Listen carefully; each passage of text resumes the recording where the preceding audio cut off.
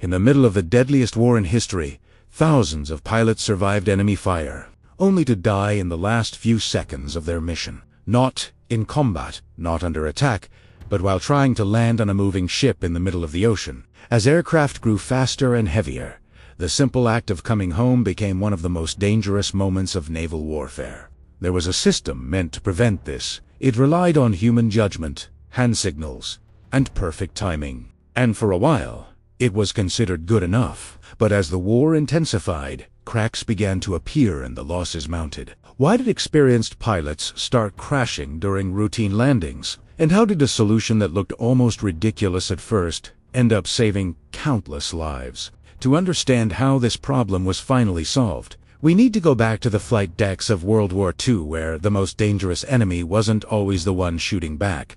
During World War II, the aircraft carrier became the most decisive weapon of naval warfare, especially in the Pacific theater. Battles were no longer decided by battleships exchanging shells over the horizon, but by aircraft launched hundreds of kilometers away, striking first and disappearing back into the ocean. Whoever controlled carrier aviation controlled the sea. This shift turned carriers into the centerpiece of Allied strategy against Imperial Japan, demanding relentless operational tempo and constant air operations under extreme conditions. A single carrier air group could launch and recover dozens, sometimes hundreds, of aircraft per day. Fighters, dive bombers, and torpedo planes returned to the ship low on fuel, often damaged, frequently at dusk or in poor weather. Unlike land bases, carriers offered no second chances. The deck was short, narrow, and in constant motion, rising and falling with the sea. Wind over the deck changed by the second,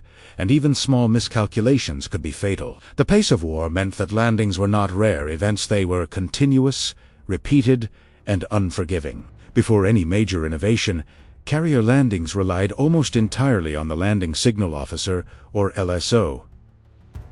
Standing on the edge of the deck, the LSO used paddles, flags, and hand signals to guide incoming aircraft. Pilots were trained to trust these signals completely, adjusting throttle and glide path based on the officer's judgment. In theory, this system worked. In practice, it depended on perfect human timing, flawless visibility, and a calm, rested pilot conditions rarely present in wartime operations. The margin for error was razor thin. Aircraft approached at increasing speeds as designs evolved throughout the war. Engines became more powerful, planes heavier, and stall speeds higher. At the same time, pilots were flying longer missions under intense combat stress. Fatigue dulled reaction times, while smoke, glare, sea spray, and low light made visual judgment increasingly unreliable. Even a skilled LSO could misjudge an aircraft's angle by a few degrees, and that was often enough to cause a crash or a catastrophic ramp strike,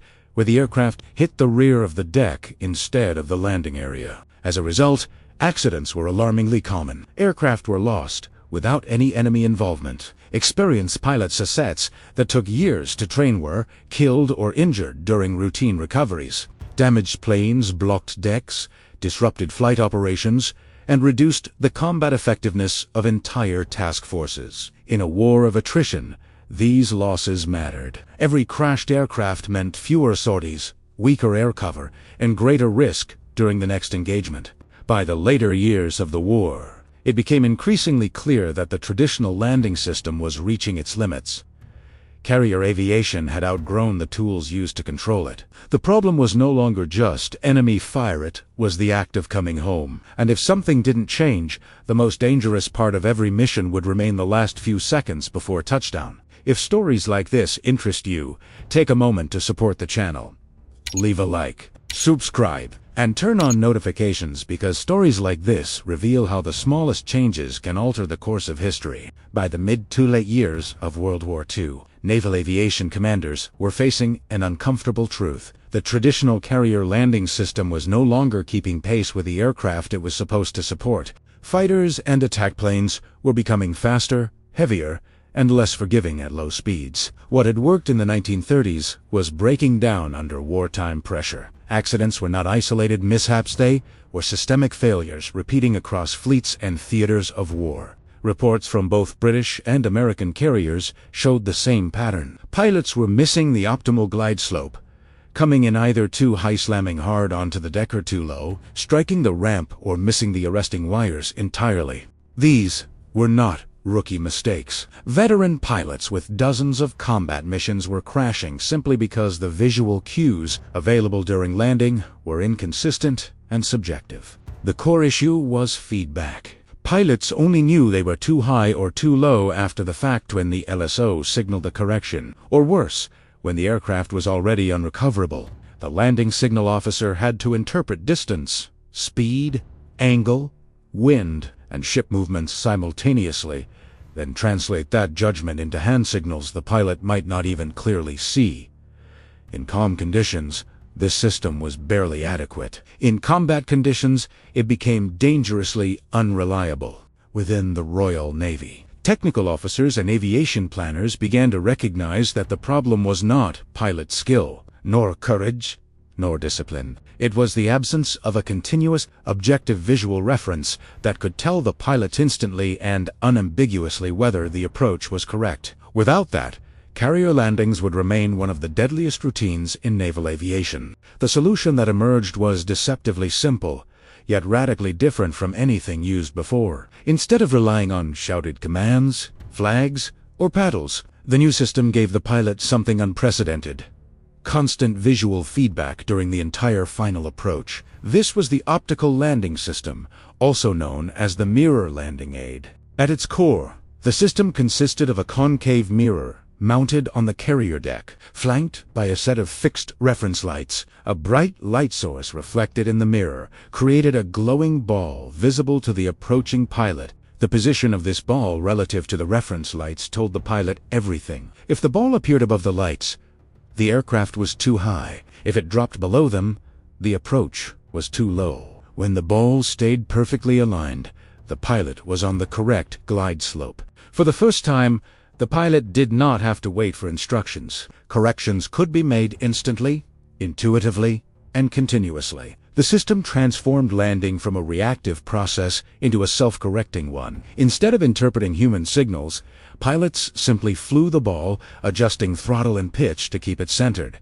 Crucially, this method removed ambiguity. Wind shifts, deck motion, and aircraft speed were no longer abstract variables filtered through human judgment. They were visually encoded into a single, clear reference. Even under poor visibility or fatigue, the pilot could instantly understand whether the approach was safe. The landing became standardized, repeatable, and far less dependent on individual interpretation. What looked like a mirror and a few lights was, in reality, a complete redesign of how pilots and carriers communicated during the most dangerous phase of flight. Despite its elegance, the mirror landing system initially faced skepticism and even resistance. Too many experienced aviators. The idea seemed almost absurd. Carrier landings had always been guided by human expertise. The LSO was a respected authority, often a veteran pilot himself. Replacing or even partially sidelining that role with a mechanical visual aid felt wrong, even insulting, to some. There was also distrust in the system's simplicity. How could a mirror and a light replace decades of hard-earned operational wisdom? Some pilots worried that over-reliance on the optical system would reduce flexibility or fail under unusual conditions. Others feared that abandoning traditional signals would introduce new risks instead of eliminating old ones. Most importantly, the system demanded a complete retraining of landing technique. Pilots had to unlearn instinctive habits and trust in abstract visual cue rather than human direction. In wartime, when mistakes were fatal and time was scarce, changing procedures felt dangerous. Many initially dismissed the system as an experimental gimmick rather than a serious operational tool. Yet the very features that made it seem crazy, its simplicity, consistency, and independence from human interpretation, would soon prove to be its greatest strengths. Once tested under operational conditions, the results were impossible to ignore. The mirror landing system dramatically reduced approach errors. Pilots maintained more stable glide slopes, touched down within optimal zones more consistently, and missed arresting wires far less often. Landing patterns became predictable instead of chaotic. Studies and operational reports showed a sharp decline in landing accidents. By some estimates, reductions of up to 80% compared to traditional methods. Aircraft losses without enemy contact dropped. Pilot injuries and fatalities during recovery decreased. Perhaps most importantly, confidence returned to the landing phase of carrier operations. The Royal Navy, having pioneered the system, demonstrated its effectiveness quickly. The U.S. Navy, initially cautious, moved just as quickly once the data became undeniable. Adoption spread across fleets, becoming standard practice and forming the foundation of all future carrier landing aids. What began as a strange optical experiment became one of the most impactful safety innovations in military aviation history. It didn't make headlines like new fighters or weapons, but it quietly saved lives, preserved aircraft, and kept air groups combat ready when it mattered most. The most dangerous part of the mission the return home had, finally, been transformed from a gamble into a controlled procedure. The true impact of the mirror landing system went far beyond safer recoveries. By drastically reducing landing accidents, navies didn't just save aircraft, they saved experienced pilots, preserved combat power, and stabilized the operational rhythm of carrier warfare. Fewer crashes meant fewer deck stoppages, fewer emergency recoveries, and more aircraft available for the next strike. In a conflict where tempo and endurance decided battles, this translated directly into greater combat effectiveness. What makes this innovation especially powerful is how modest it appears. The mirror landing system did not rely on complex machinery, radical aerodynamics, or secret weapons. It worked because it solved the right problem: human perception under stress. By giving pilots a continuous, objective visual reference, it eliminated guesswork at the most dangerous moment of flight. The result was not just fewer mistakes, but a complete cultural shift in how carrier landings were understood and executed. World War II repeatedly proved that decisive innovations are not always the loudest or most visible. Some of the most important breakthroughs were quiet, practical, and initially resisted. The mirror landing system faced skepticism precisely because it challenged tradition and human authority. Yet its success demonstrated a timeless lesson of military history.